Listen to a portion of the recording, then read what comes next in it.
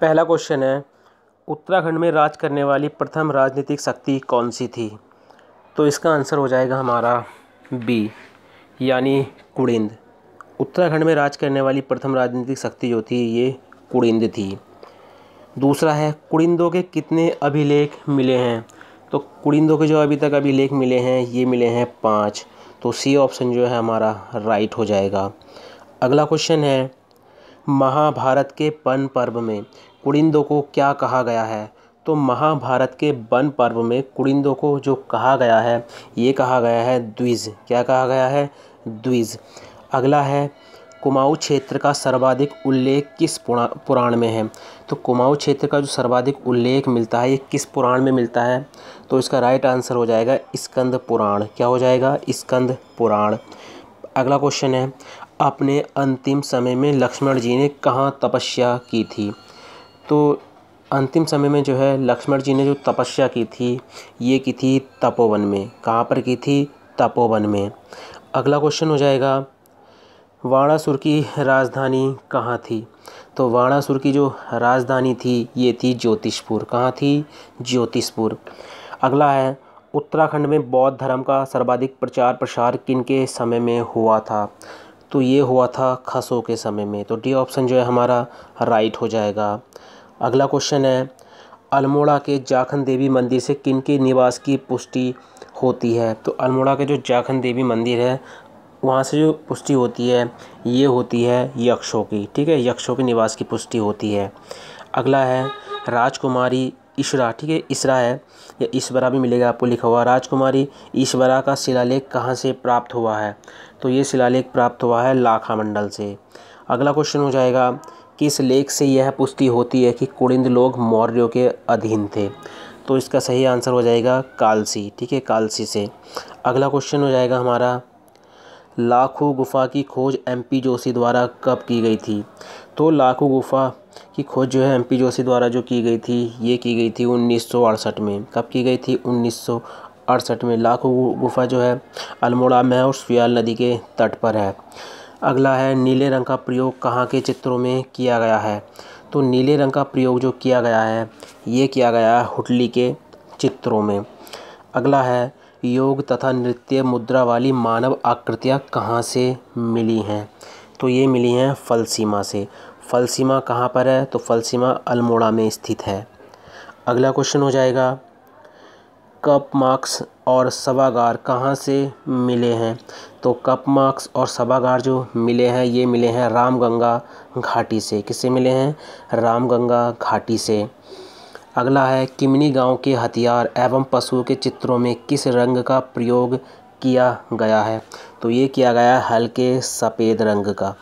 अगला है, मलारी गांव में गढ़वाल विश्वविद्यालय द्वारा शोध कब किया गया? तो मलारी गांव में जो है गढ़वाल विश्वविद्यालय द्वारा जो शोध किया गया था ये किया गया था 2002 में। अगला क्वेश्चन हो जाएगा, 5.2 किलो का एक सोने का मुखाबड़ा कहाँ से प्राप्त हुआ है?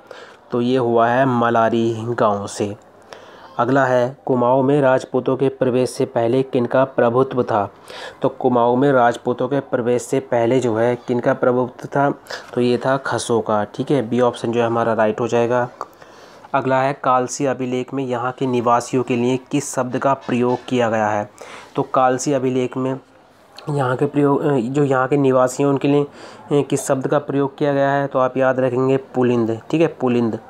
अगला क्वेश्चन हो जाएगा, राजकुमारी ईश्वरा के लाखा मंडल शिलालेख के अनुसार यमुना उपत्यका में किसका राज था?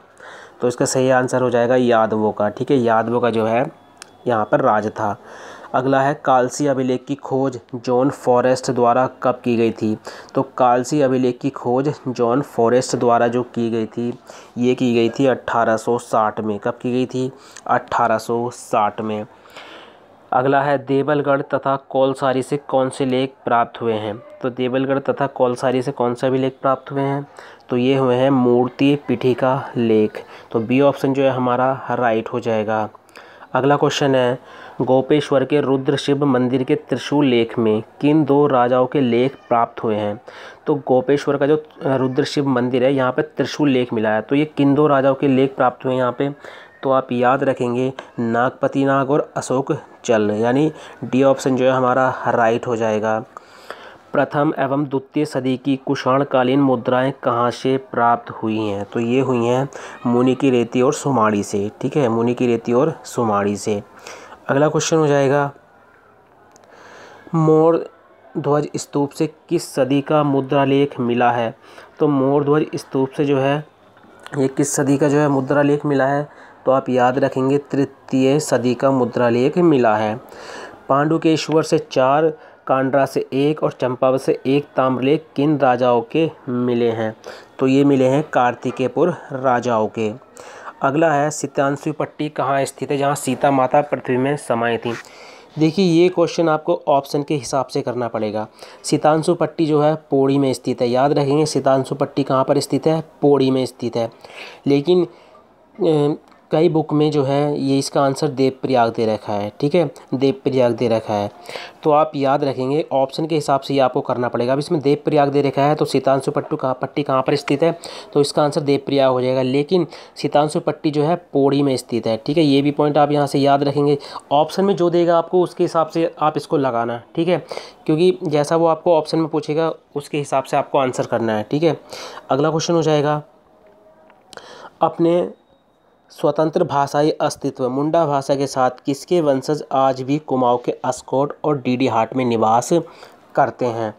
तो यह है किरातों के। ठीक है, तो सी ऑप्शन जो है हमारा राइट हो जाएगा।